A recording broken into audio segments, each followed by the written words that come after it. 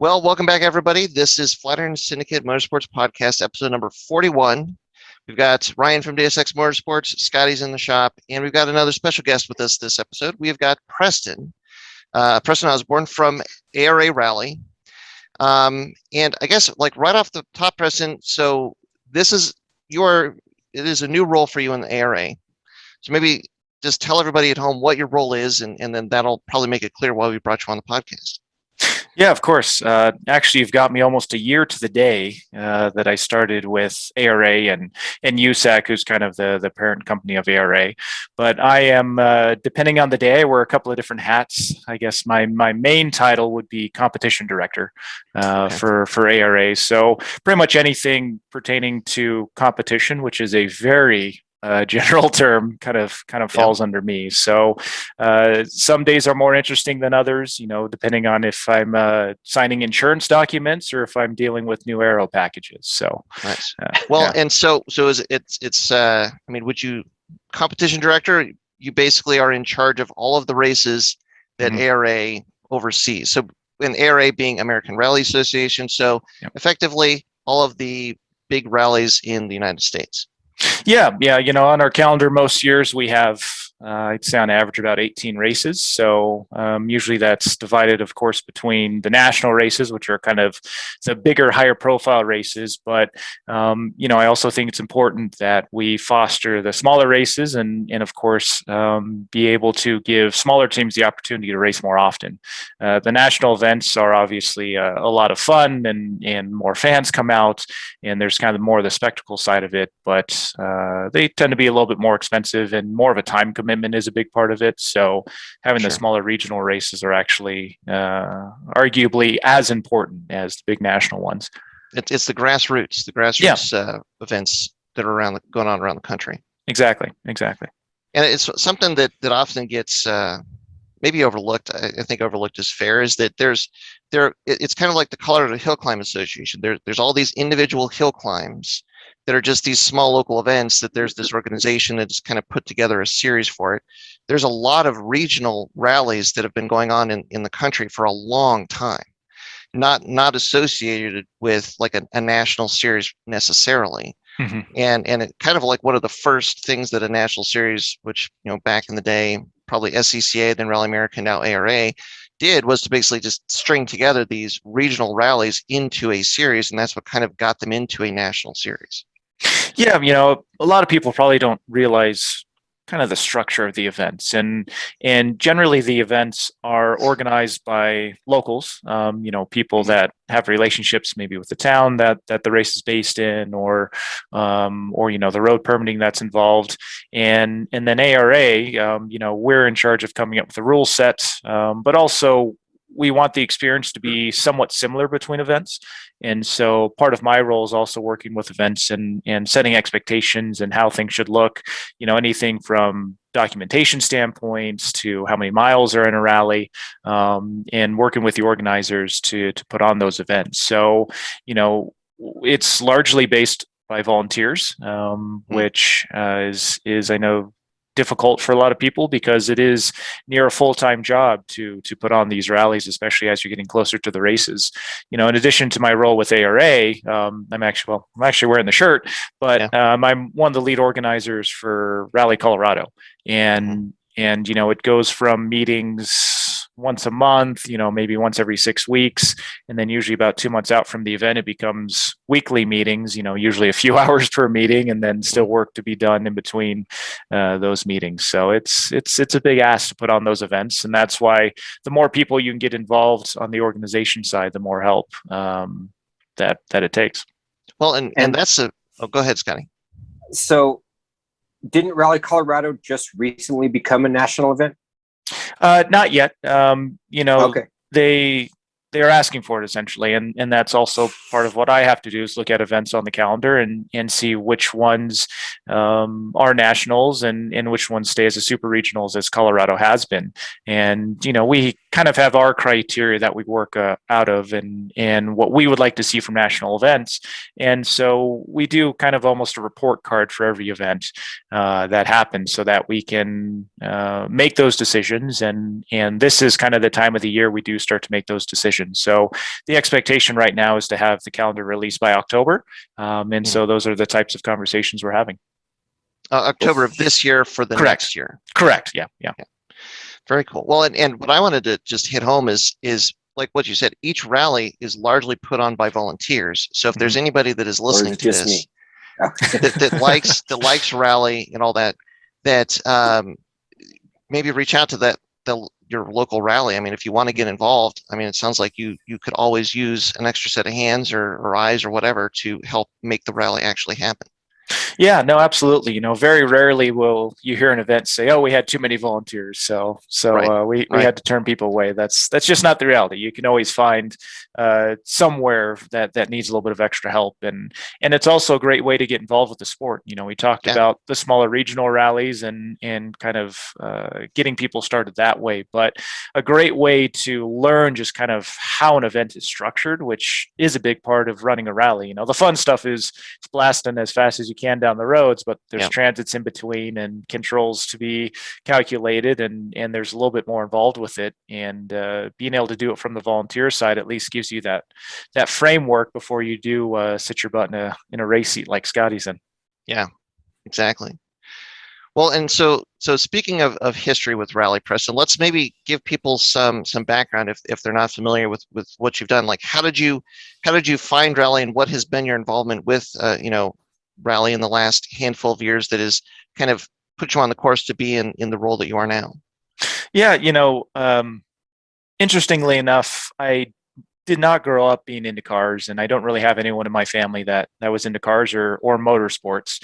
But I am I was born in the 80s, but grew up in the 90s, and actually found cars through video games. Dirt Rally, or I think even back before then it was called McRae Rally, and Richard Burns, and some of those types of games just got me interested in that form of motorsport in general. And then when I came into college, my roommate was actually big into cars, and so I kind of ended up with a similar friend group and got into cars. And that's actually how I met you, John, was the CU Car Club. And we did a few events a year, and I came on just on the tail end, I think, when Tanner Faust was with you guys. And so got exposed to rally that way, seeing your guys' car, Tanner Faust, talking with Scott. And then of course Rally Colorado was still going on at that time as well. So, this is first iteration of it.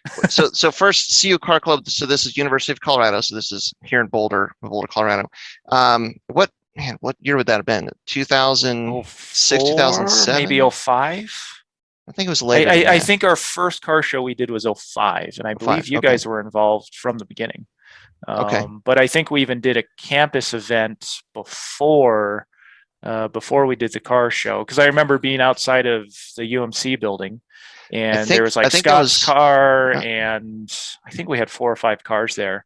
I believe that was 2007, because was it that late? Okay. Yeah, because we had Stefan with us. Stefan actually came out for that as well, and Tanner was there. Yeah, I remember setting up all the rally cars at the UMC fountain and getting a lot of strange looks driving a rally car onto campus. Yeah, I remember we had the gate code. Why they trusted us with the gate code, I'll never know. But they said, "Oh yeah, punch that in, then you drive through campus." It's like, don't we need an escort or anything? Nah, they'll move out of the way. It's people. It turns out they do not move out of the way from an idling rally car as fast as you'd think when everybody's just shuffling about there. And those cars are not very quiet. So even with headphones, it's coming. Yes. But probably the reality is we're driving on the sidewalks, and maybe it's unexpected to see a car on a sidewalk when you're walking through campus. Usually, you would expect, yeah. Well, very cool. And then when did you actually start getting? Because you actually have participated in a lot of rally events, so maybe that kind of involvement in getting into the environment. I mean, that was kind of the precursor of actually getting in the. Yeah, of course. So from there, learned about rally, started doing rallycross with the local Colorado Rallycross group, which was actually one of the biggest in the country, and very competitive, and again, just a very good group of people that I got involved with, and one of them actually ended up becoming my roommate, Andy Kingsley, Oh yeah. and he was wanting to get into rally, and just happened to have someone also interested in rally living with him. So we decided, found a cheap, gosh, was a 1991 Honda Civic hatchback. Might have made 100 horsepower, probably not. And you mentioned the Colorado hill climbs earlier. That's actually how we got started. So we did a season of Colorado hill climbs, which Mhm. I will say was a great way to get started, but not very interesting in an extremely low horsepower car.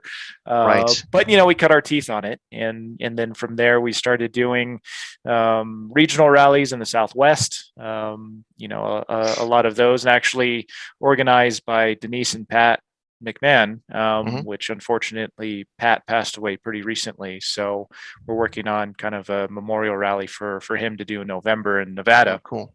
But yeah, so got involved with events there, and just kind of worked my way up. So I think at this point, I ended up with 4 two-wheel drive national championships, between a couple of drivers that I work with, mainly Cameron Steely, who Mhm. is just getting back into the seat this year again, and a couple of four-wheel drive national championships. So all in all, I think I've entered about 70 rallies, most of them as a co-driver, a few as a driver, and just then got involved on the organization side, mainly with Rally Colorado, but I started doing some other work with Rally America, now ARA.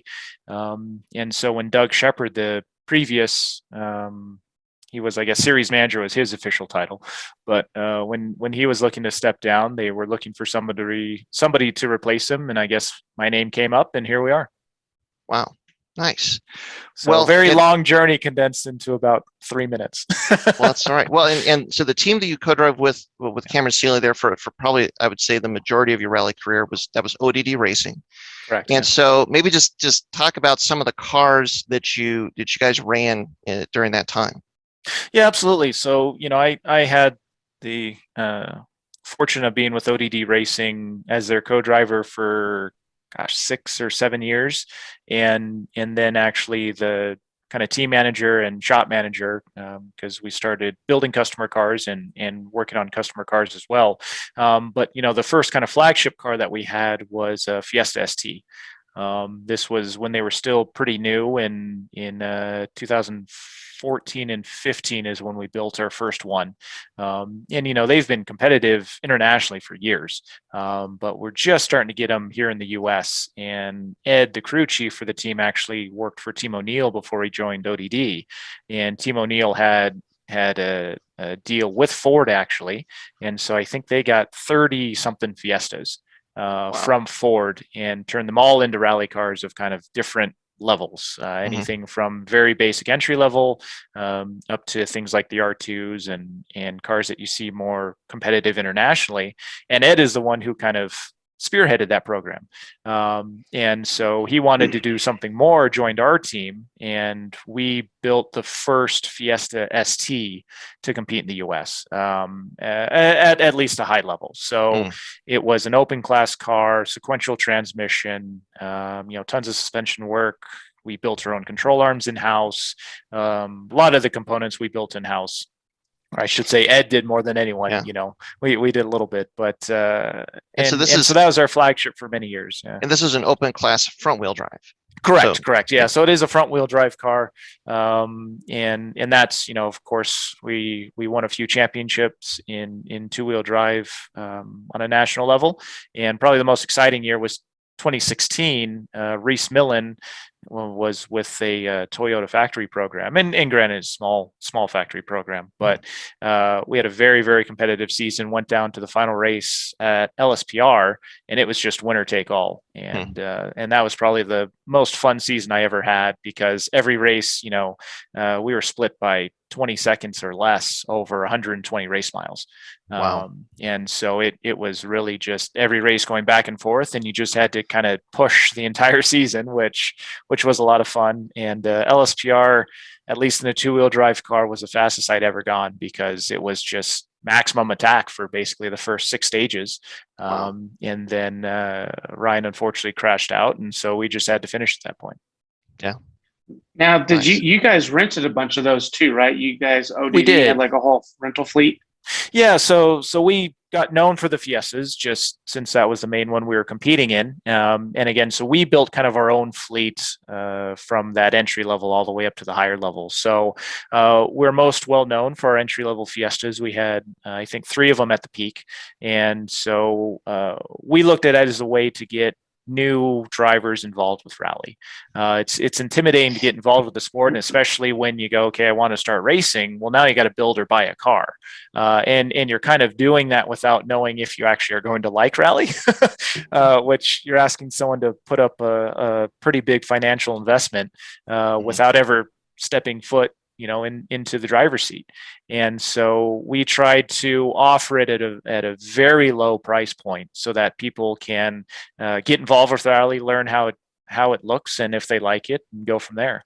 And we're fortunate that most people who rented our cars had a very good time and got involved more with the sport. And so we actually built sister car to our Fiesta ST, that Fred hatched down in California races, and we built R2s and we built other entry level Fiestas. So I think all in all, ODD built 14 Fiestas. But we also did a lot of other cars. We built Subarus, we built Plymouth Arrow, which was a very interesting one because we actually put a Mustang 2 rear end into it and a custom multi-link suspension. So we did a little bit of everything. Yeah, but Fiestas are probably what we're most well known for. Well, but I mean, you did also run an STI for a few years, and had some good success in that, also in open class.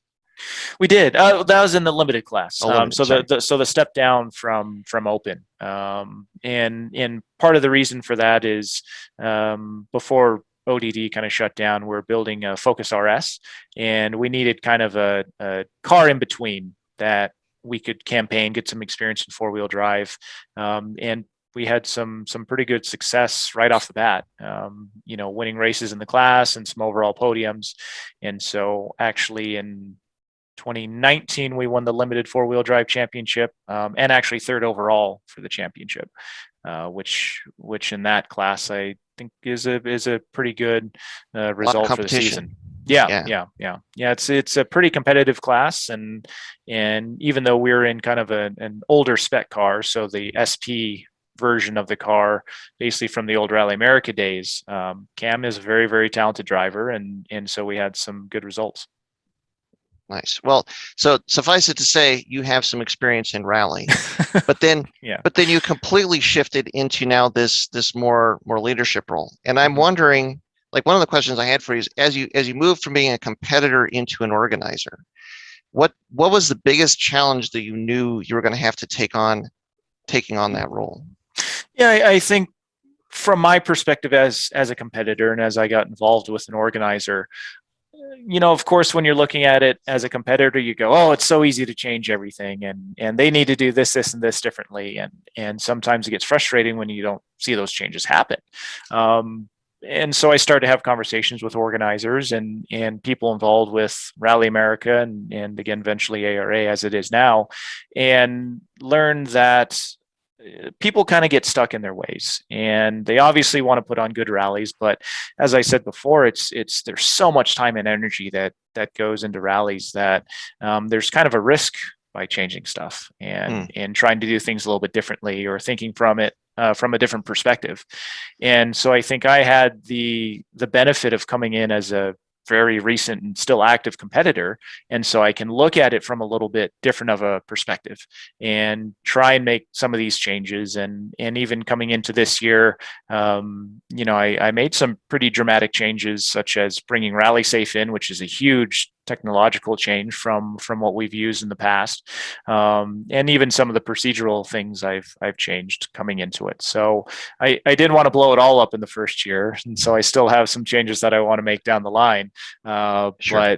But it's helping these organizers and working with them and seeing what's realistic and what's not, because at the end of the day, they're kind of the boots on the ground, if you will. So and because they're largely volunteers, I also don't want to burden them with making things more difficult. So all these changes I've I've been making are still in the back of my mind of trying to simplify things for the organizers. And so behind the scenes, we've changed some of our procedures so that it is easier for them to put on events, so that as I'm making these changes, I'm not adding to things, but rather maybe changing how we're doing things behind the scenes. Sure. Well, and I think it would be safe to say that the majority of the rally competitors, the majority of them are let's call them privateers. Mm-hmm. So people that this is what they love to do. This is their hobby. They're probably running a car that they built, probably not for this year. It's probably run a few years or a number of years. And this is, these are the events that they want to, come back to year after year. So yeah, I can definitely see where making a big change, it's a big ship that you're trying to course correct there. It is, yeah. Now, let's talk about Rally Safe, because you mentioned it, but you moved on. So explain what that is, because I think we had a conversation about this, and it sounds really very cool. Yeah, it's a very fascinating software and hardware package. When I was looking to add something like this to our series, it's one of the rare situations where it helps everyone. It helps organizers, it helps competitors, and even at the end of the day, it helps spectators. And so it's a primary function is a tracking system. And so it actually uses GPS, tracking, and then sends data either through Iridium, GSM, and actually it's even Wi-Fi enabled. And so its primary function is really safety tracking is what we use it for. And so I can see up to the second location of all the cars, through the rally. And then also I get data such as G-forces if there's impact. I actually get a rollover warning if it senses that the unit's upside down, which the assumption is the car is upside down at that point, and then speed data and things like that within the unit. So that's really its primary function. And the really cool thing about the safety features it has is it also has car-to-car communication from being Wi-Fi enabled. And so even if, say, a car crashes and rips off the external antenna, it has an internal Wi-Fi antenna. And so it can still transmit data through the next car that's approaching.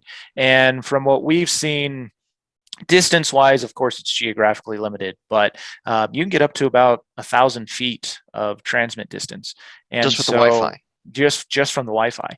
And so, if there's a medical emergency, fire, whatever the case is, we can still get the signal through that second car that arrives on the scene. And we have capability of, if a car has crashed and is okay and off the road, it again sends a signal to the cars that are approaching that actually counts them down as they get closer to the car. So whereas the old one, and we still use it, triangles, you put triangles out to warn cars that you're off and you have an okay sign. And I call it nonverbal communication is what we're trying to do, because cars are loud, your helmet's are on, you can't hear anything. So so they set up triangles, they set up an okay sign, but now with Rally Safe, it'll count them down as they get closer to the car. And so as a competitor, I can keep my foot in it, continue to race, know exactly when I'm going to approach the car, and the drivers can actually also tell them if they're partially on the road or not. So if you're stopped but you're off the road, you can transmit that data to the car that's approaching. And I say transmit's all automatic. You press a button or two, and so that car can stay full speed, and so it affects competition a lot less. Other things that are nice is Rally, for those that don't know kind of the structure of how it's run, the cars start at minute intervals, and generally you don't catch cars, especially once you kind of have an established known speed. We start the cars based so they don't catch each other.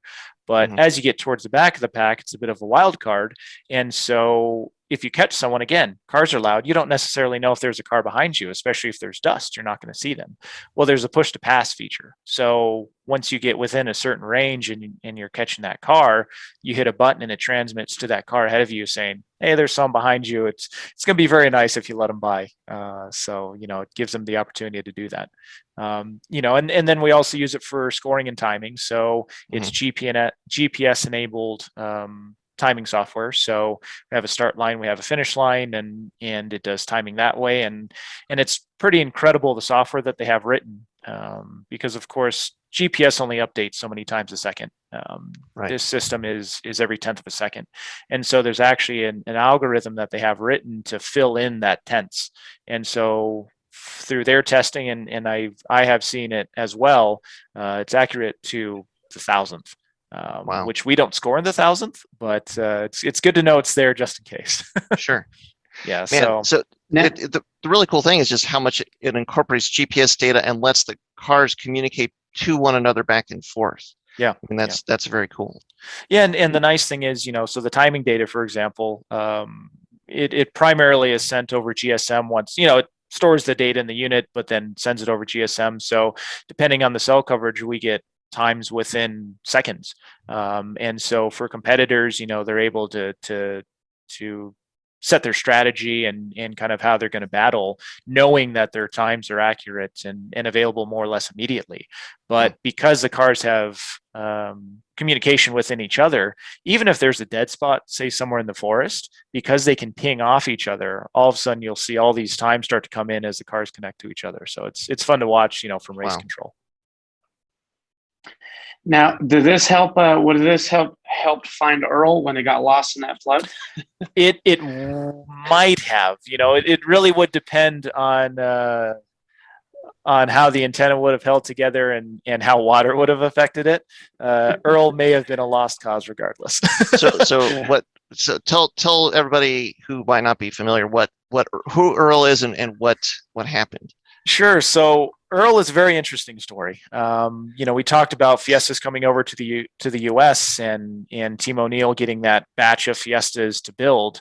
Earl was actually the very first Fiesta rally car built in the United States from that batch of cars, and so it was built for Team O'Neill. They had it for a couple of years. Chris Duplessis, who is a very well-known two-wheel drive rally competitor, drove it for a number of races and went through a couple of owners and ended up at ODD as one of our rental cars. And Cam raced it. I raced it. I mean, I think we saw it had almost 20 different drivers who had raced that chassis. Wow. And something absurd like 40 podiums or something like that. I mean, it was crazy. And we had a joke within the shop. Cam was known to be pretty rough on cars because, again, we're competing at the top, and so pushing as much as we could. Yeah. And Earl was the one car Cam could never kill, and so we were set to retire that car, at the end of that season. And Ed, our crew chief, who was the first one who raced it, he's the one who built it, and so he was going to be the last one to race it. And intentional or not, he was the last one to race it because he had a minor off at Colorado. We just needed to recover the car, but the plan was actually to re-enter it for the second day because the damage was so minor. And then flash flood came through, big rainstorm out of nowhere, and actually washed the car away and ran down a gully, and we found it almost a mile and a half away from where it crashed. And that was the first time, at least in person, that I've seen the damage that a flash flood can cause. Yeah. And I mean, the car was a ball of metal at that point. It was just folded in different ways, body panels completely just ripped off and peeled back like tuna can. I mean, it was incredible to see the force that it did. And so unfortunately, Earl was destroyed. We did find Earl, and believe it or not, we were able to salvage some parts off of Earl that lived on in a few different rally cars. That's crazy. And actually, to this day, is still ODD's spare suspension because testament to Rigers, we're able to redo seals. Obviously, take everything out, clean it, recharge everything, and it was great. Wow. But and now, unfortunately, I heard recently Earl went to the crusher. And so is living on in some ball of metal somewhere else. I think basically getting pulled away in a flash flood. I mean, that is now like the penultimate rally car send off. Yes, yeah. I can't think of another way to destroy a rally car to that extent. Spectacular. Yeah. Well, I saw the videos and I was shocked, just like when you saw it actually on the trailer, and when you could. I mean, it was crazy to just see how wadded that thing up was. It was just nice. And when the water came, it just took it and picked it up, and you saw it start to float away, and you're like, oh, maybe it'll put it on the bank over there and it'll be fine. And then you just see it turn over and you're like, oh no, that's the end of that car. Yeah. There's still the 2 spares that Ed was carrying are somewhere in the mountains of Colorado. So Wow. if anyone finds them, they're probably still good. Spare tires. Yes, exactly. Wow. The wheels at least are good. Those are good M Sport OZ racing wheels. There you go. Well, and so back to the rally safe with this GPS data, is there a thought that the coolest thing about this is it seems like it's a window to the possibility of kind of to some extent live timing for rally events. Is that something that is in the works? Is that a possibility? Like for spectators? I mean, at this point, we do actually have live timing for spectators. Okay. So in a couple of different places for the events, and I should clarify, this is only the national events. Okay. Probably the only pitfall of Rally Safe is it is a premium system, and so there's a price tag attached with it. Sure. And so at this point, we only use them at the national events. But that being said, either through the Rally Safe app, their website, our website, even a third-party website like Sneak Attack, which is popular within the rally community. Since those times are being uploaded again near instantaneously, they do show up on all those sources pretty much instantaneously as well. And so you have as close to live timing as you can possibly get with rally. Because again, generally awesome. You see those stage times within about, call them 5 seconds after they cross the finish line.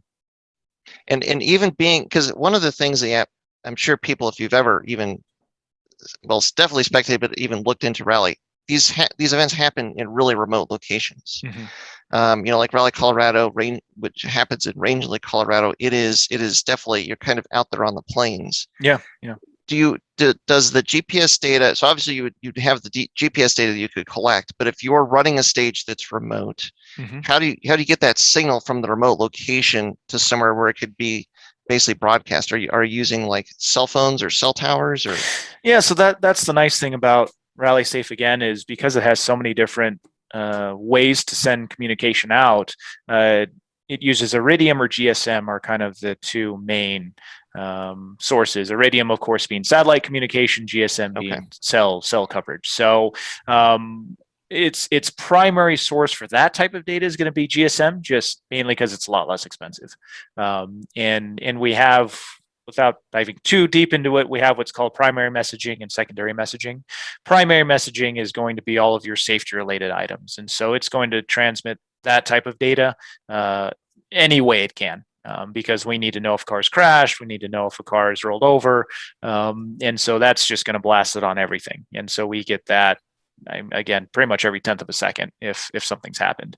The secondary data goes generally over GSM, but then it'll also eventually push it over Iridium if it's kind of timed out for so long. So even in remote locations, which, as you say, many of these rallies are, you're still getting that data very, very quickly. And the tracking, again, that's available to fans. Obviously in race control and in our access is a little bit different because we don't necessarily want all that data to be public, especially if someone has a crash. But from a tracking standpoint, you can actually track the cars, see the times, see the scoring, again, all live on those sources. That's awesome. That's as much of a benefit as it is from a safety standpoint, so that you as a competitor know that, like, should something happen, the response to get you the help that you might need is going to be probably as rapid as possible. From a spectator standpoint, that's a huge advance to be able to get that kind of live data, so that now, like, you as a spectator, if you can't get to the event, if you're just watching the website or whatnot, you can actually you can still be involved and see what's happening. That's a very cool thing. Yeah, that's, like I said, the system is one of those rare positives for pretty much everyone. My wife, whether she wanted to or not, had to always try and figure out how to follow rallies. And the reality is, for one reason or another, following rallies in the US has been difficult. And so this is kind of a step we've taken to change that. And because people have families at home, they have fans, friends, even just general fans of the sport, it's hard to see any sort of live data, like you said, John. And so being able to change that, and you don't find out 2 days later that Travis Pastrana won the rally by 2 seconds and it was such a close battle, you're able to watch each individual stage. And New England, we had such tight battles, the race that just happened in Maine. And I mean, there were stages the guys tied tied to the Wow. 10th of a second. That's how close the battles were. And I think going into day 2, the top 5 were split by less than 25 seconds. And so as a fan, being able to watch that and have that data available to you has really changed how you can watch rally in the U.S. And I think with Dirtfish coming on and doing a lot of the media for ARA and being our media partner, they're taking it another step above with their coverage and doing stage recaps at the end of every stage and end of day recaps, just so that it's the old adage: if you're racing in the woods and no one's listening, is it actually happening? So That is a very existential question. yes, exactly. Man. Well, and so one other thing I wanted to just kind of get you to talk about a little bit is the fact that you said, so you're the director for ARA, which is now part of USAC or owned by USAC. Mm-hmm. So explain who USAC is and just say a couple words about that. So USAC is actually one of the oldest and largest sanctioning bodies in the U.S. for motorsports. So they do a lot of circle track, dirt track, well known within the desert world. They do a lot of side by sides, but they had the opportunity to be involved with ARA a few years after ARA was founded, and decided that rally really needed investment into the sport to help it grow. For those who don't know, rally is the number 2 motorsport in the world, followed behind Formula One. And similar to Formula One, though Formula One has a much bigger following now in the US, there just wasn't really much of a fan base here. And it was very much a grassroots sport. And so just didn't have the participation and involvement that we thought it could have. So USAC came in and has been investing money into the sport to enable things like Rally Safe and help it grow, and so that you have the national series grow, but also we can push some of that money to the regional events and still keep that price point low and approachable for a lot of competitors. So, the nice thing about having USAC involved is it also opens up a lot of opportunity and connections within the sport. Whether that be through the FIA, because they are part of ACUS, which is the FIA representative in the US, or similar opportunities. So, with the expansion of the R5 program here in the US, that is a daunting task because those are very technical cars. They're spec class essentially. And so you need a lot of technical know-how to be able to scrutinize those cars and write the rule set around them. And so having some help with that has gone a long way to make sure that the competition is actually where it should be and everyone's playing within the rules. Sure. And it's so cool to have now a national, like a very established national governing body that is really kind of seeing the potential in rally here in the US and it is truly invested in it and is trying to really move the sport, like take the sport to the next level here in the United States, which is it's just awesome to see. And it's about time, because like you said, rally's the second only to Formula One in the world, and rally here in the US has not gotten the love it needed. It seems like it's always been so grassroots. Very few big companies have thrown tons of money into some of these cars. Now you have Vermont Sports Car, Subaru Motorsports USA, they're throwing big money into some of these cars here now. But in Europe, it's been huge. And since the late 80s, mid 80s, probably before that, even before that. It really saw its big growth in the 60s. Was when it really started to grow. But I think from an international standpoint, like you said, Scott, it's so big everywhere, and so it's the old chicken or the egg adage of if you build it, they will come. But that takes investment. That takes a lot of work and in a few years of moving that direction, which hopefully it seems like we're in the midst of right now. Good. That's awesome. Nice. Well, so here's the other question I had for you.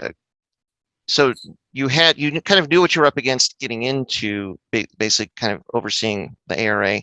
What did you not expect? What is the biggest problem that you ran into that you did not expect as you kind of started to take on that role? Other people have asked me that question. I still don't have a good answer for it. I not that I expected everything that I was going to come up to, but more of the other way, that I really didn't know what to expect. And so kind of everything was new getting into it. I think maybe the biggest thing that I've learned over the last, again, call it year, is what an impact every decision that I make is going to have, because you have so many different people involved at different levels. Weighing each decision, going, okay, how's this going to affect the regional, more grassroots and budget teams? How is this going to affect the bigger, more professional teams like Vermont Sports Car that Scott mentioned? Or how's it going to affect organizers, or how is it going to affect us as a sanctioning body? The probably most controversial decision I made at the beginning of this year was implementing fire system requirements. Good job. Thank you. Thank you. I know, catching up with the rest of the motorsport world, right? A couple of the conversations I had, I said, guys, lemons and chump car requires fire systems. Come on. But, in the rally world, there was so much pushback because they saw it as an additional $400 cost, which to a grassroots team makes a difference. I mean, that's a race entry. And that's one of those that I had to weigh quite a bit, just because I knew it's going to be almost like ripping off that Band-Aid, where it is going to be a big hit for the first year, and as people are going to have to get used to that new norm. But the reality is, and what a lot of people don't realize, is rally averages probably a fire race of varying degrees of severity, but we are kind of one bad event away from it really affecting getting road permits and those local organizers working with their forestry departments or whoever they're getting road permits from. And so, I got a lot of angry emails and phone calls about that, but every decision I make has good reason for it. And I'm always happy to share why I make these decisions and share the data that I look at, because it's not just me shooting in the dark or shooting from the hip and deciding what needs to be done. There's always going to be thought that goes into it. But again, weighing all those different groups that you're going to affect, that's probably the biggest, maybe unseen thing that I had. So. Yeah. Well, and it's funny how safety, I mean, kind of back to Rally Safe, because I know that, we've had a little bit of discussion about people that were hesitant to adopt that as well. Mm-hmm. Safety, if you're racing and you want to go fast, being safe is like not exactly something that's like right at the top of your mind. But I mean, maybe that's one of the bigger shifts as being an organizer, is now you have to think of big picture. Yeah. It's like, I want the whole event to go smoothly. I want everybody, that even if they have an offer, a crash or an incident, to be with us at the award ceremony and have a good experience and be able to come back and do it again.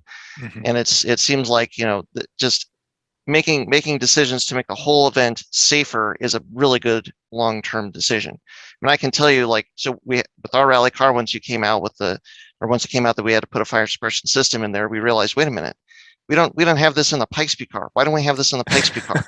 Yeah. We should absolutely put this in the Pikespeed car, just because. I mean, it's one of those things where it's so much better to have it and not need it than to be in a situation where you need it and you don't have it. You can't just pull a lever and just have a good chance that any fire that might have occurred be put out or extinguished and give the driver a chance to escape. Well, and you said $400 and how that could affect somebody's season possibly.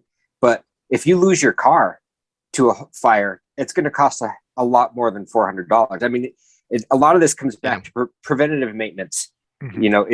If you can call it that, just invest the money and know that if something happens, you have a better chance of putting that fire out. You have a better chance of not starting a forest fire. You were talking about like the road permits, with the Forest Service. I mean, it's so much better in every way. I mean, how many times did you tell people just to suck it up when we're complaining about just suck it up and do it? I try not to do that because I have to toe the line a little bit. But I mean, the end result is that's kind of what it is. And I think what a lot of people forget too is, because I'm still an active competitor, all these people are my friends. And the absolute last thing that I want to see is one of my friends getting hurt in a fire, and yes, there's financial investment in that, but like you say, it's a relatively small investment, and to help somebody get out of a car in a fire is really paramount. And one of my good friends who's co-driver for Travis Pastrana, Rhiannon Gelsomino, she had a bad fire in, I think it was 2015, when she was with Nick Roberts at Oregon, and she had pretty severe burns on her hands and different parts. And you talk about $400 from a car standpoint, but what is that medical bills? You'll go through $400 real fast if you end up in the hospital. So well, and even that, just like say, if you could spend $400 to avoid having to get any kind of burns, even just on your hands, I think most people would say, yeah, that's $400 well spent. Yeah. But then you have the other competitors who like the machismo side of it, if you will, and say motorsport's supposed to be dangerous. And so I had a competitor tell me to my face, well, I wouldn't wear a helmet if you didn't make me to. I said, well, we also wouldn't be insuring events if that was the case. So. Right. Nobody could race. Yeah. Wasn't last year Travis Pastrana had a big time car fire at the beginning of the season? Yeah. I mean, he had a big fire at Southern Ohio. And I'm sure he had some kind of fire suppression, I'm assuming. And even still, it just shows you, like, when you watch those Subaru videos kind of talking about how far that put their whole team behind, and then COVID happened right after that. And then it was just almost impossible to get a car together to even put a season together. I mean, and that's like a big giant team like Vermont Sports Car. Yeah. You think about like us, I had an engine fire last year at the end of the season. And yeah, I mean, it puts you way behind, you backs the whole system way up. Yeah. And that's, a good point to that too, is kind of the education part of it that we had to do by implementing these fire systems, that even Travis and Chrissy Beavis was his co-driver for that race. They kind of forgot to set off the fire system. And so they actually went back into the car and set it off. But at that point, I mean, the car was too far gone. Right. And fortunately they got out without injury. But as you said, it put them back. And I remember talking to the team and Dan, who's the kind of manager of the team, and they had to build a brand new chassis in 3 weeks or something like that, which no matter how big the team is, man hours is man hours. And you can't have 10 people working on a car like that at once. You can't have 10 people putting a cage in. I mean, right. It's just not possible. Yeah. Man. Well, so let's move on. I want to talk about rules. I wanted to ask you about rules because my guess is that that's maybe the other really big challenge that maybe you didn't realize, kind of like the fire suppression system, like you didn't realize how much of a Pandora's box, like either enforcing or changing a rule set might be. Yeah. Just even as far as what you can or can't do.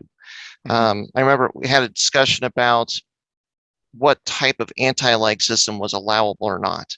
And this is related to the fresher anti-lag and whether that constituted something that fit under the rules or not. I mean, how big of a challenge is that? And what's been your experience so far with all that? Well, the benefit I have is having built cars within rule sets very recently. I've also had a lot of time to look at rules and go, okay, how can I bend these, or where's that gray area, and how can I fall within the rules? And so I can come into it with those set of eyes. That being said, there's a lot of engineers that are much smarter than me, and so really know how to bend those rules and have crazy ideas.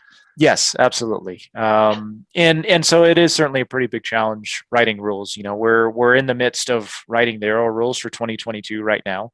And a lot of the discussion is, okay, here's the rule as we wrote it, and talking to different teams going, so how are you going to try and break this? And try and think of those loopholes, or maybe what's not clear, or what we think is clear but is not clear to the teams, and get those fixed before they're actually published. We had Barry McKenna's car come over this year, which as a fan of the sport is an amazing car. It's got the modern WRC Aero package on it, bigger engine compared to the WRC cars, different gearbox. And so he did a good job of kind of taking a mixed match of parts that M Sport offers and putting into this Fiesta.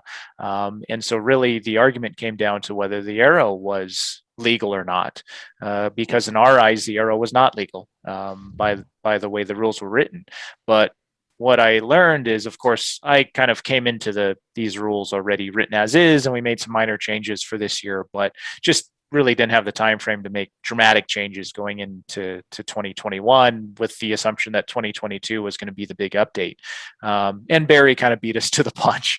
And so we had a certain interpretation of the rules, but the reality is it was an interpretation and not necessarily how the rule was strictly written.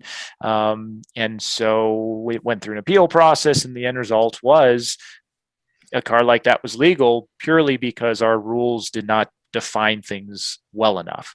And so that definitely opened up my eyes of looking at it from so many different angles, and how could one read this? And I mean, to the point where a lot of times when I'm writing rules, I have dictionary.com up on my computer, because it goes, okay, is this word that I'm using what I mean it to mean?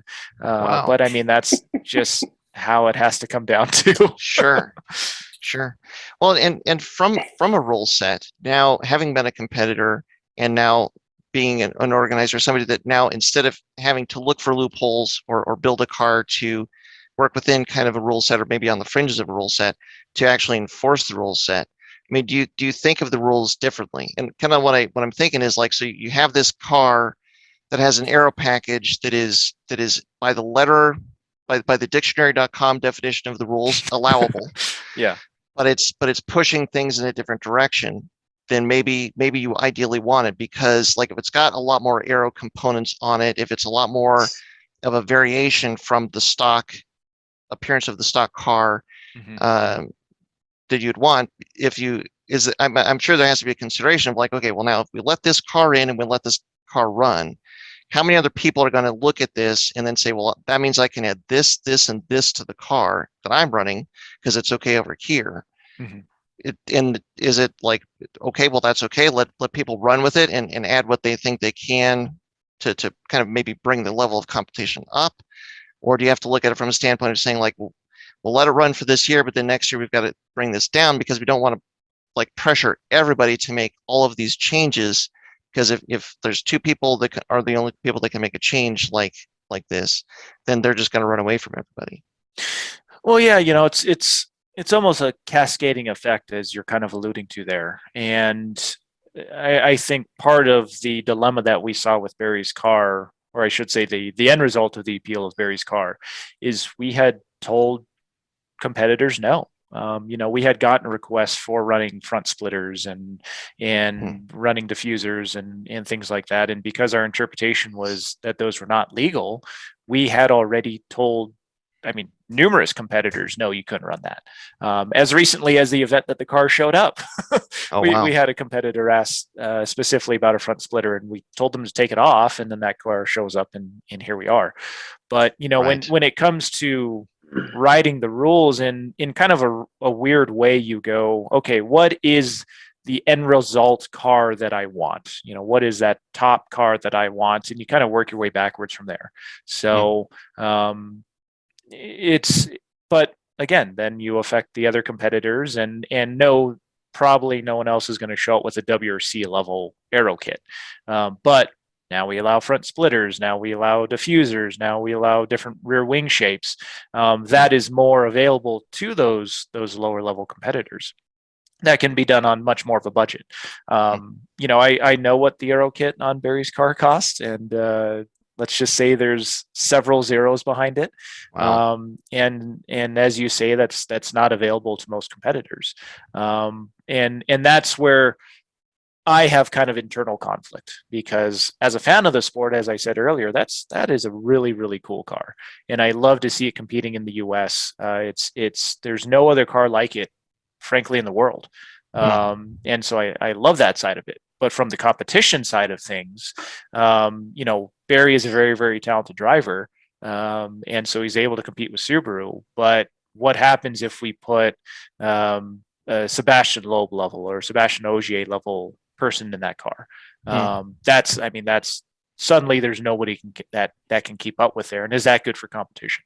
And so it's weighing and balancing those things. And the other side of it is the safety aspect as well. The reality is rally cars are getting faster and faster, including Vermont sports cars. cars, even some of the changes they've made this year, I've seen the speed of those cars go up pretty significantly. But the difference between a rally course and a racetrack is you can add more safety barriers at racetracks. You can add better runouts and different things like that. I can't move trees in the forest. They don't let us Right. do that. And so as the cars get faster, kind of danger level goes up as well. And so that's, again, something we have to weigh. Again, these decisions are so complex and there's so many different angles to look at it from. A lot to consider. Yeah. And it's probably something like as an enthusiast. I mean, we've had a couple conversations with guests even recently, just talking about time attack and hill climb, and how one of the parallels between time attack and hill climb is that they're kind of one of these last vestiges where the rule sets are pretty open, and like at the top where it's an open class. I mean, it's really open as far as what you can do. And so that there's an appeal to that, and there's an appeal to building a car to an open rule set.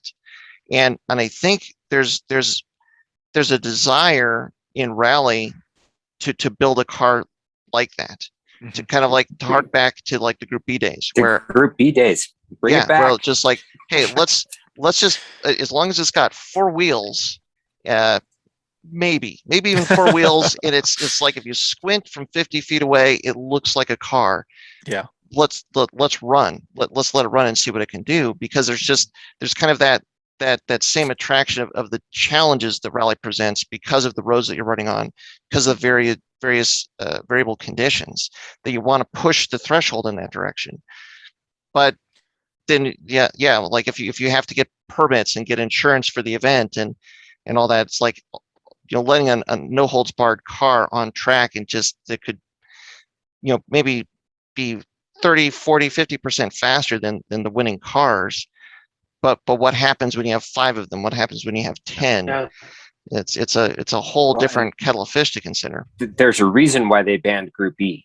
Yeah. There's a reason why they made these rules, and it's because it can get out of hand really fast. So yeah, at the end of the day, the people at the top, their job is to win the race. And if there's a car going faster than them, they're going to build a car that's faster than them, and it kind of cascades there. And that's where I have to kind of play a little bit of bad guy, I guess. And actually, I very, very, very recently I said no to a Group E car, unfortunately. Oh wow! And an actual Group E car. An actual Group E car. And the reason I said no is because it's actual Group E car in terms of safety as well. Oh and, wow! I said there's a reasonable chance that cage is aluminum, because that's what they did back then. Oh wow! Yeah. So, but as you say, at the top of the field, with the cars getting as fast as they are, that's something that we have to weigh. And we're still at a point where I'm comfortable with it. But the reality is, the U.S. roads and rules are much more open than a majority of the world. Wow. And so our cars, from a speed standpoint, are actually some of the fastest in the world. And it's because our roads pretty much allow it. A WRC car is not going to get a benefit of being able to do 140 miles an hour, because there's nowhere in the series that they can do that. I can tell you one of the cars at 100 Acre did 128 miles an hour. And is that something that we should see or is safe? And even then, again, cascading decisions. So one of the things I look at when I'm judging stages and speed and things like that is median speed rather than the top competitors. I pay attention to the top competitors, but the assumption is they're professionals, they can take care of themselves. They're less likely to be unsafe, I guess is a good way to put it. But if I have roads where your average amateurs are doing 65 miles an hour, maybe that's not something we want to see. Just because the experience level is up, maybe all of the build of the car, the control devices that they have in the car, maybe not up to speed as the top tier guys. And or even down to the safety of the cars are different. The top cars have FIA foam in the doors and halo seats and kind of all the latest and greatest safety technology, where again, you have people building cars in garages, which I certainly don't want to stop, because I think that's where the grassroots of the sport is. But if they have a crash at 100 miles an hour, that looks different than, say, the Barry's car having a crash at 100 miles an hour. Sure. And that's like the backside that you would never think of until you're in the seat that you're in, where you have to kind of oversee the series. Is like you have to consider all of the cars, all the participants in the race, and make sure that you can run a race that is challenging and competitive for everybody. Yeah, It's safe. Yeah, and safe. At the end of the day, you still have Big Brother insurance watching over us, and based on some of the recent conversations I've had, they're at the point where they are seeking out and watching people's in-car videos. Wow. Because they're looking at things like spectator placement and marshal placement and even just what the roads look like. So they're paying attention, which means that I have to do my due diligence and make sure that everyone's doing what they should. Sure. Well, because at the end of the day, the goal is for rally to continue and for it to grow. And so if you can't keep the people that are organizing and authorizing the rallies to go on happy, then the sport can't continue and it can't grow. Yeah, that's, it's so with USAC, we have a risk manager who works directly with the insurance company. And so there's different fights at different levels. The organizers having fights with their local road permits to get those to happen. And then I have the fights to have certain things happen, pass that on to the risk manager. They have fights with the insurance. And so it's a much more complicated process than a lot of people realize. And it's because rally is very unique in how we run the races, with them being public roads, any other day of the year. And so controlling access, controlling spectators, controlling people who live on the roads. I mean, there's a lot of different ways that the roads have to be secured.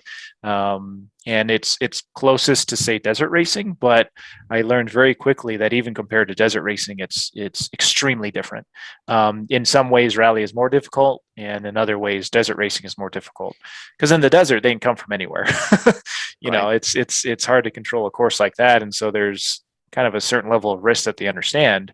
Whereas for us, generally, you're really just controlling roads and crossroads and things like that. But they're usually much more commonly used roads.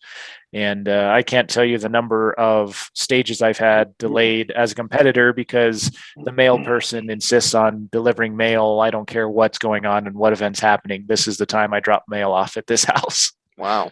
Yeah. Man. And try and tell a post office worker no and see what happens. Yeah. Yeah. Well, so, I mean, we've kind of been leaning in this direction, but I mean, what do you think the future of the sport is? What direction is the ARA moving in? What do you see happening in the next year to maybe even the 5 years, as far as, maybe from just a competition standpoint and from a spectator standpoint?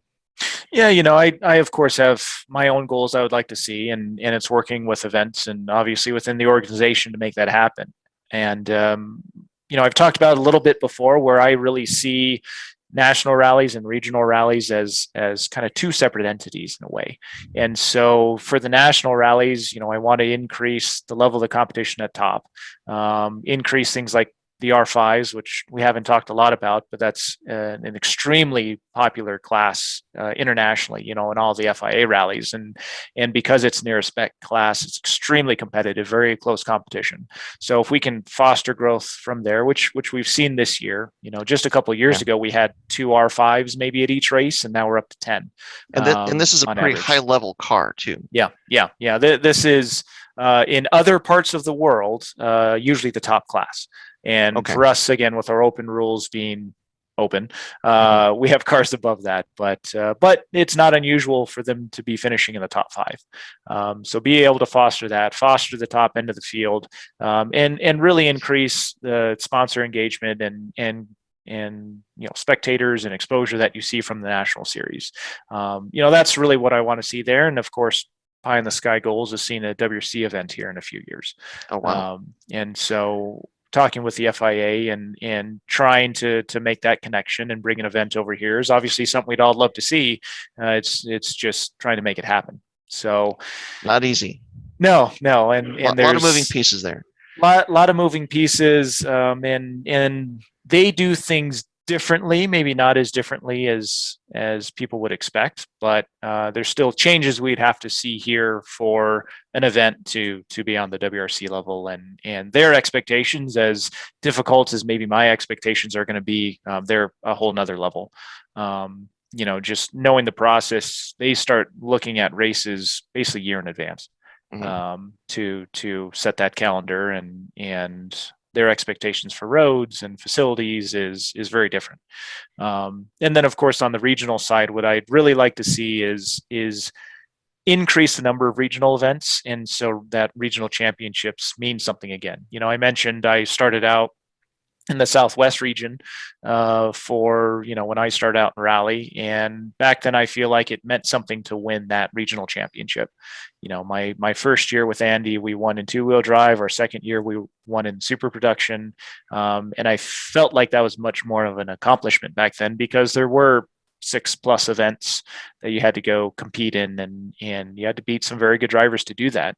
And I feel like we've lost a little bit of that, just with the changes of sanctioning bodies and things over the years. And so I really want to foster and bring that back, so that there is more opportunities for people to go race inexpensively. One thing that we're rolling out for 2022 and in the planning process for is ARA is going to be doing rally sprints. So, you have your national rallies and your super regionals and your basic regionals as kind of our full rallies, but then below that would be rally sprints.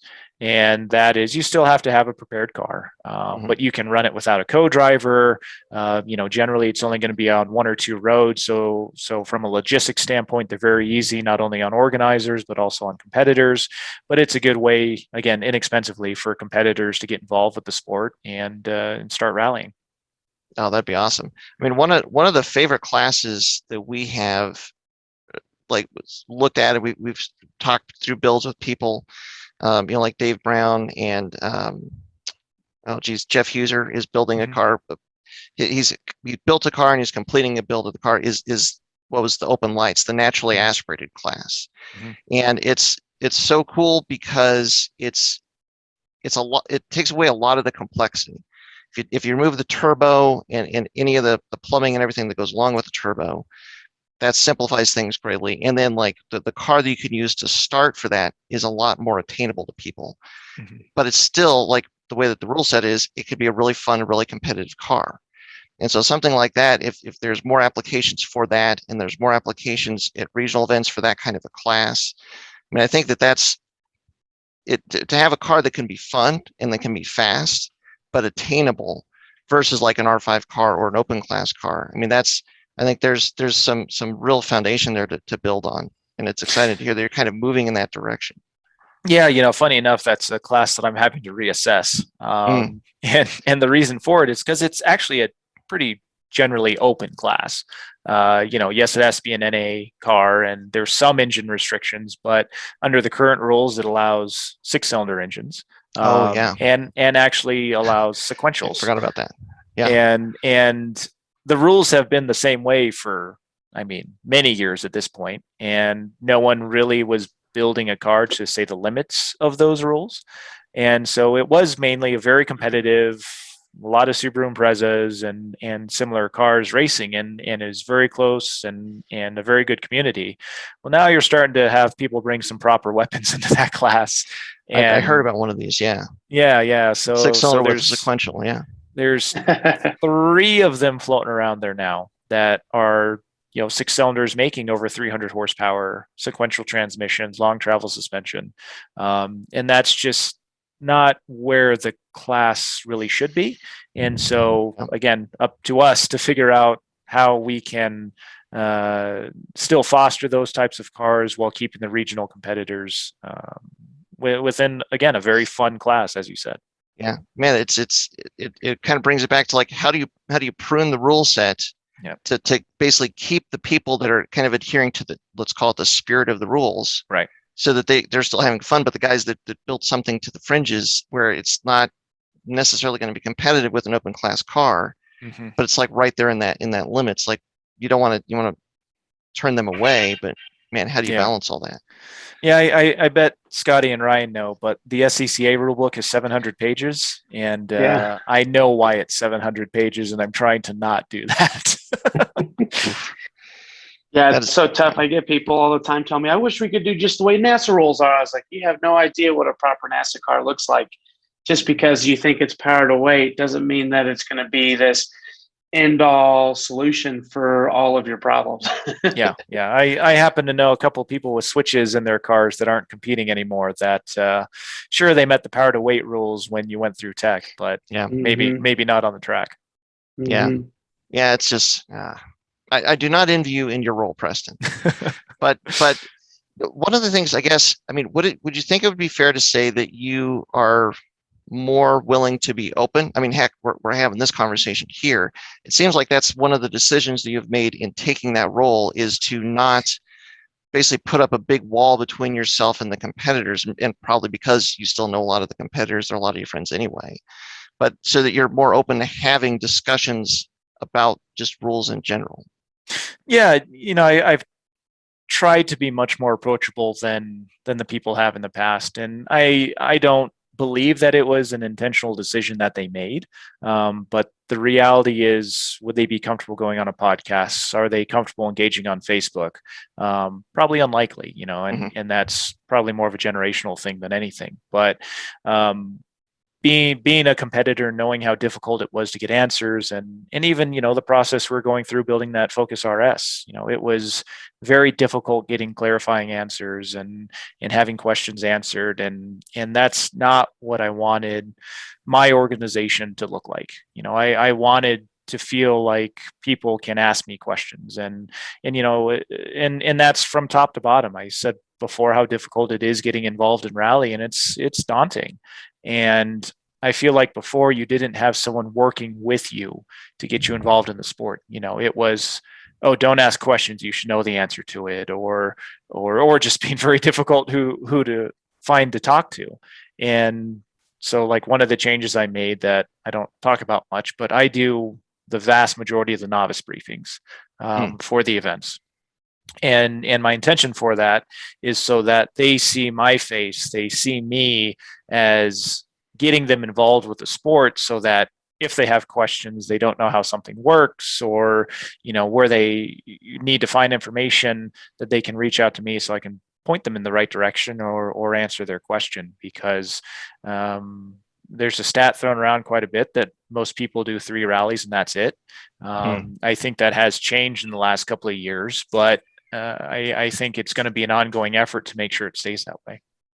Well, and Preston, I think you brought up a really good point as far as like being approachable and being willing to help out those people that are just getting into it. There's another organization that runs a pretty big race around here, the Pikes Peak Hill Climb. That they are not that.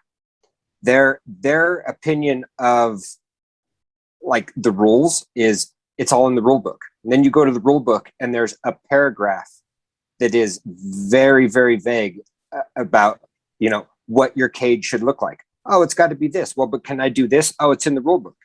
Well, no, it's not in the rule book. That's why I'm actually looking for help.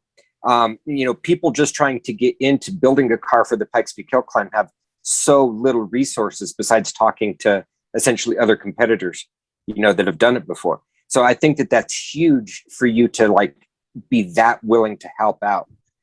It.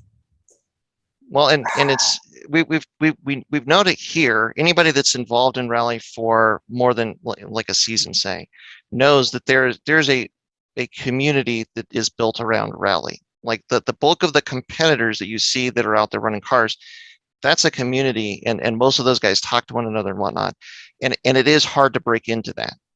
So I think having somebody like yourself at the top of the organization that is aware of that, and it is willing to try and facilitate making people at least feel comfortable as they're getting into the racing series. I mean, that's going to go a long way. But to foster that community is huge. Yeah, that was one of the first things once I got involved all the way back in rallycross was that community. It was everyone taking care of each other, and I don't want to beat you because something broke. I want to beat you because I was faster than you. And so even all the way back to there, you're sharing parts with people, giving them oil if they need oil, spare tire, whatever. And from my competitive experience in rally, it went all the way to the top. When Cam and I were fighting for overall podiums, I mean, I've given tires to competitors have given tires to me. ODD, because we were a very well prepared smaller team. I always called us the biggest small team or the smallest big team. We had welders, we had a lot of different tools that maybe the smaller competitors did not have. And so I can't tell you the number of nights we stayed up late working on our direct competition's cars because we wanted to see them racing. We wanted to keep them involved. And I feel like that is a sense of community that's a little bit different from other racing series that I've been a part of. Yeah. And I really like that. I don't want to lose that. And I think that the people that get into rally that stick around, it's because they see that community and they understand how significant that is and how different that is from a lot of other racing series.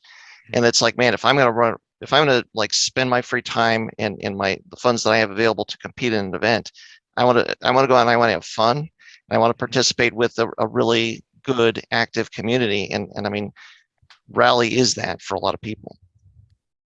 Yeah, and the reality is, at the end of the day, the vast majority of us are competing for a plastic trophy and a champagne spray. There's not a lot of money changing hands as far as prizes or anything goes, and so I think that helps in a lot of ways. As the sport grows, one of my concerns is as more money gets involved, that you may start to lose that sense a little bit. And I think maybe that's why I'm very sensitive to kind of fostering your programs a little bit differently. Yeah.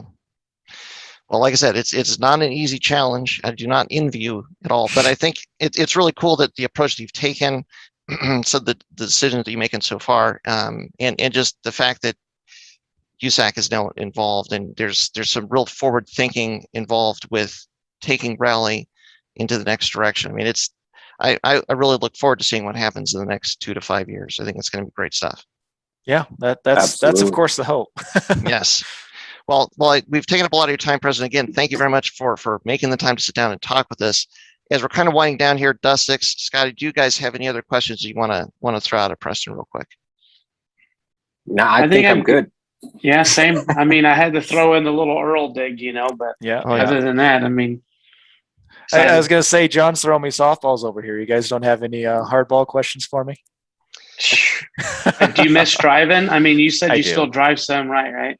I haven't since I've taken the role, mainly for a time thing than anything. Cameron's been really bugging me to get back in the co-driver seat with him, and so we're trying to find a race to do that. And I really want to get back in the driver's seat as well. I think, as I mentioned earlier, being a competitor in this role gives me a much different perspective than say other people who have been in this role before, and so I want to make sure I stay attached to that. Would there be a non-rally series, like if you just were magically handed the keys to a car, would there be a non-rally series you'd want to maybe compete in so that there would be less of a potential conflict with your role in rally? I think the benefit is there's enough rallies out there in the US that I can still do rallies without affecting anything.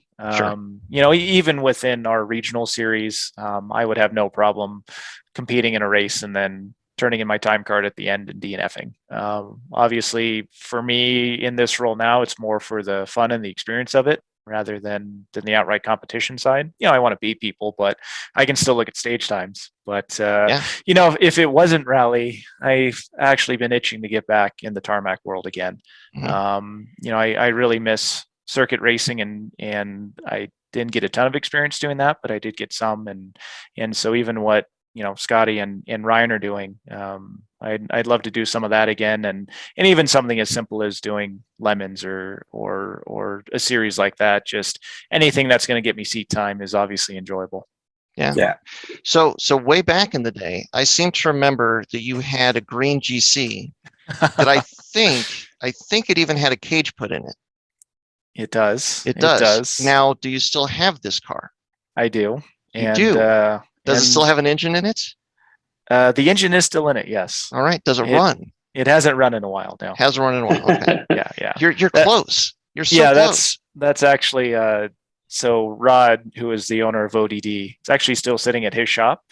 And so talked with him actually just a couple of days ago about bringing it back down to my house so I can start putting some love into it, and that'll probably be my track rat / rally car in the not too distant future. So it's got a decent set of TN rally suspension on it, and I mean it's a full FIA cage, and it's got plenty of power to have some fun. So.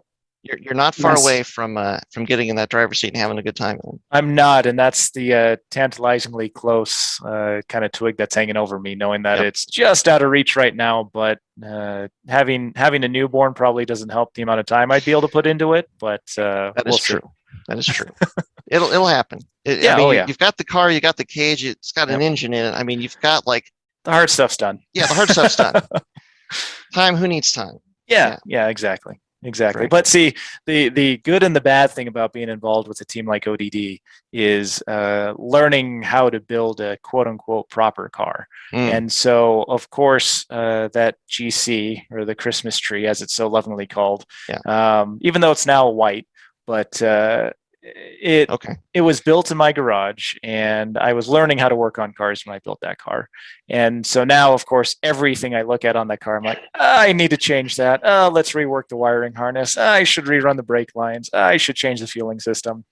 So it may be reining some of that in to actually get it onto the stages again. But it's there.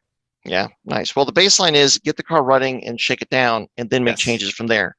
Yes. You can't prevent yourself from getting the car started and getting it out to the track, because then just you never, by the time you get done, you never do it. It's never done. You go back to the rear bumper and I have to start all over again. Yep. There's actually a lot of parts from Flatirons tuning on that car. So I guess we never mentioned it, but I worked with you guys for 3 years or so.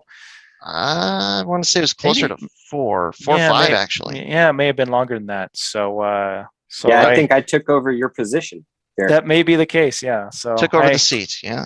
I had a lot of good times there, and I think I left just before, or maybe a little bit before, you guys moved over to the building you're at now. But about a year before. Yeah. Nice. But, I was going to say, well, if people have listened to the end and this long, if Preston's voice sounds familiar and you've called us a while back, there's a reason for that. That is true. Yeah. And a lot of those secret GC parts that you guys still sell was some research on our end. We've got even more secret GC parts now.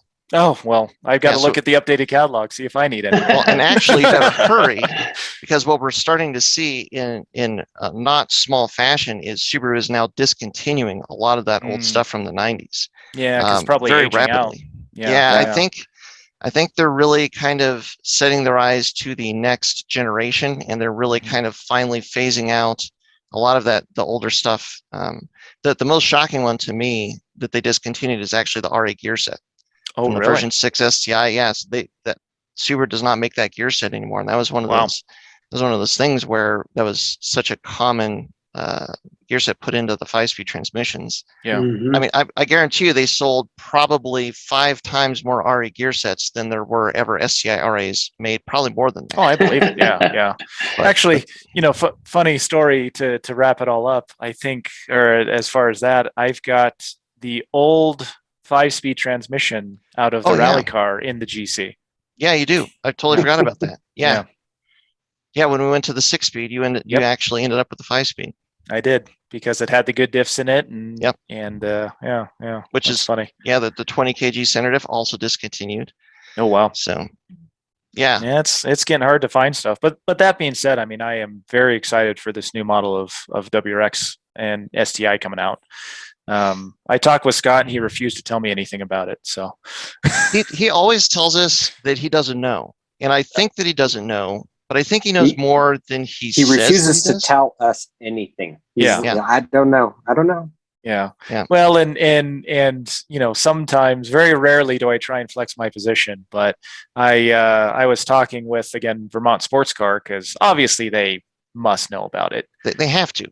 and of course they were just teasing me when we were at New England, because Dan goes, "Oh yeah, no, it's coming. I've seen it, and maybe I've driven it, but it's coming." I went, "And you can't tell me anything? Come on." Man, it is. I don't know. It's funny. Subaru is so good at keeping stuff close to the vest and not They really tipping are. any hints. Yeah. They let out that video, Mhm. the 2022 WRX teaser video, where it's literally just doing donuts in the desert. Yep. Come to find out, again, like this is something, if you stay to the end, that was Stefan Verdier that drove that car. Oh, was it really? I didn't That know was that. Stefan in that car. So it kind of slipped out, and I sent him a message like, "Stefan, I have questions," and he's like, "I can't tell you anything." Oh And my I was like, gosh. "Okay, I totally understand that. Once it's revealed, can I ask you some questions?" And he's like, "No," Yeah. because he said, "I signed a stack of NDAs that, Yep. that was as Mhm. tall as my house. I can't tell you anything." Yeah. And so I'm like, all right. He But did say he had fun in He it, did. at least. Oh, He well, said there it you was go. fun. Yeah, I mean, hey, Yeah. I mean, That's you good could start. be ripping donuts in a Toyota Tercel and you're probably still having fun. yes, Very well, and I hope that Subaru is really focused on the future. I Mhm. think there's so much potential for Subaru to. I mean, they've obviously really kind of carried a torch for rally in America for Mhm. a while. I mean, they've been pretty much the only factory-backed team for a bit. Yeah, since the mid 2000s. Yeah, so I mean, they obviously love it. They're obviously, I mean, they're putting their energies behind it for sure. Yeah. And so they're aware of what's going on out there, and I hope that they've taken their time. My Mhm. gosh, they've taken their time. I mean, Yeah. the version of the car 2021 basically goes back to 2008.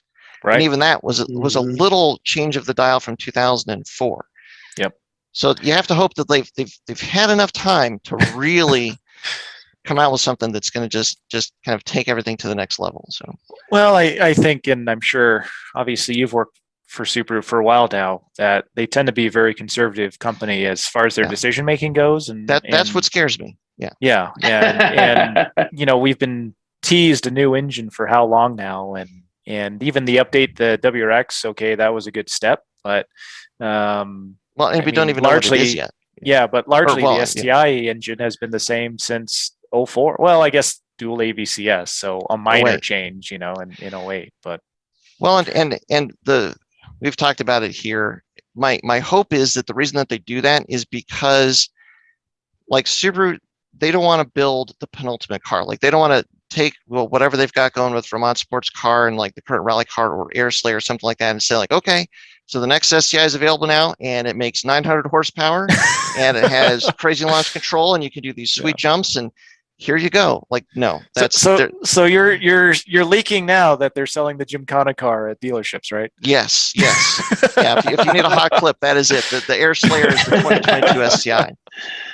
But they're aware that the aftermarket does that, and I think that they have been really conservative in changing the STI because they want to know that somebody can still buy an STI and take it to whatever level they want to take it to.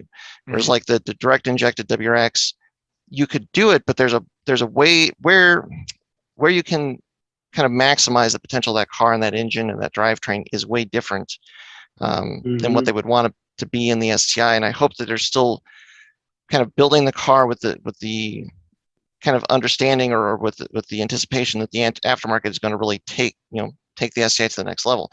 It's going to be a game changer. It has to get direct injection, it would seem. Oh yeah. And so, I mean, the hope would be that it's going to. I mean, the discussion is there'll be 395 horsepower at the flywheel from the factory, which is where it should be, which is where it needs to be. Should have been there 5 years ago. Should have been there in 2015. Yeah. Yeah. And then the other thing is dual clutch. I mean, because you asked, DCT. it really needs a dual clutch transmission because if you start looking at the other cars that are kind of in the ballpark of an STI, that's an option at least. And I think that they'll keep the manual because they have to, because that is a staple.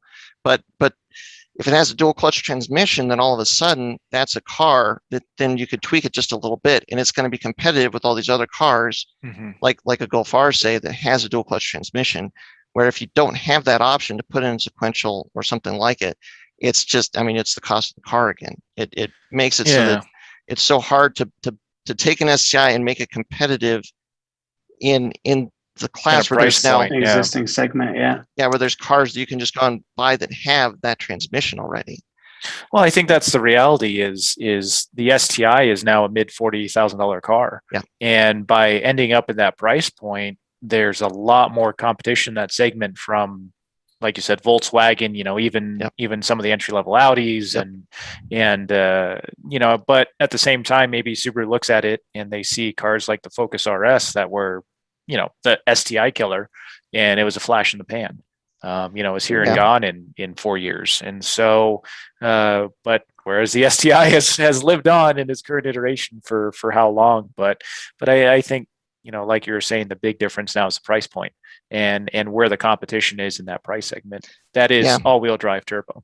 When the STI came out, I want to say in 2004 over here, I think the stripped down version, I want to say it was like low 30s, like 32, 33.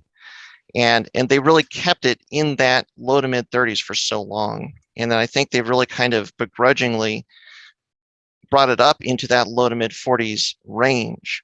Mm-hmm. And I think that not wanting to get the price point out of control is kind of what's limited the development of the car. They're trying to keep costs down so that they can keep it attainable. And I think that there's absolutely something to be said for that. Mm-hmm. But at the same time, like you look at all these other cars that are coming out, I almost say you have to kind of embrace the fact that you're now a mid $40,000 car and like hit it out of the park, make it into a halo car again, so that it's like you're going to get the best performance value at this mid $40,000 range in an STI, and that's what keeps the STI brand going. For all the people at Subaru that are watching at this point, who have tuned in all the way to the end. All the way to the end. Well, yes. I'm sure they're watching to make sure I haven't breached any of my NDAs. So, well, you also know. Hold on, I mean, Preston, you haven't driven the car. Tell me you haven't driven the. Okay, I haven't. You have, haven't you? No, I could tell you I have. Okay, go ahead. Right. The enthusiasts are excited about a DCT as well. I mean, not that everybody who wants to drive these cars wants to drive a DCT or dual clutch. But you got people who are running time attack cars who are looking at other options. Mm-hmm. And if it can bolt to an EJ, or if the FA is the new platform, I mean, having a DCT transmission and some of these really pointy end of the stick cars would be really nice for sure. Yeah, I still have conversations with people that swear up and down that manuals are faster than your current DCT transmissions, and that's just not the reality. And quote unquote automatic transmission is now the fastest option for a race car. Yeah. And okay, 15 years ago, you could make that argument the other way, but a human cannot shift a car in tenths of a second. Well, and the other big difference is, like, for the turbocharged cars, this is what has been on our minds, and this is why I think you see people that are now going to crazy lengths to take a dual clutch transmission and put it in a car that didn't come with it and figure out a way to make it work. Like there's was it one or two guys, Ryan, that have already put it into an S2000? And then Devin from Professional Awesome is working on putting one in his S2000. Wow. But in a turbocharged car, it's because you're wide open throttle and you pull a lever and it shifts. The turbo's still at full chat. You're still making full boost. There's no interruption in the process of getting forced air into the engine. Mm-hmm. And on a turbocharged car, that makes a massive difference, because you're not closing the throttle, releasing all of that pressure, getting back on the throttle, and having to build the pressure again. It's like, even though the shifts are faster, which they are, but then also in a turbocharged car, it just lets you keep in that power and in that power band. One that's going to be interesting here in a few years is if we start seeing performance CVTs, because that's obviously the end all be all for. I know it's disgusting, but from a turbocharged engine, you're able to stay in the power range the entire time. And a lot of side by sides have them, and being involved with some side by side races now, it's amazing the capability those have, and I really think part of it is whether you're crawling or whether you're flat out in a fast section, you are right in that power range that you need to be. It would be super weird, because it'd be awful. It would be terrible. But again, race cars are the fastest you can go, and theoretically, That is the Yeah. fastest you can go. Yeah, because and so for people that don't understand, the CVT, continuously variable transmission. So you get the engine into its optimal power, and then you just have it sit there. Like when it, if you're going to optimize it, that you just, wherever your peak torque is, 4,200 That's where it RPMs, stays. Yep. the engine sits at 4,200 RPMs, and then the transmission infinitely changes the gear ratios to get the car to accelerate the way that you need it to. Yeah. It's weird, Preston. It's just It is weird. very weird. I think I'd prefer a 3-wheeled car to a CVT turbocharged car. A Trabant. Yeah. You start time trialing a Trabant. Yeah, an old Morgan or heck, a Reliant Robin. Why not? There we go. We But- just need a Reliant Robin spec series. The world needs it. Preston, you can do it now. Reliant Yeah, Robin. that's true. Here, Reliant I need to Robin put my money ARA. where my mouth is. Yes, Yeah. yes. Yeah.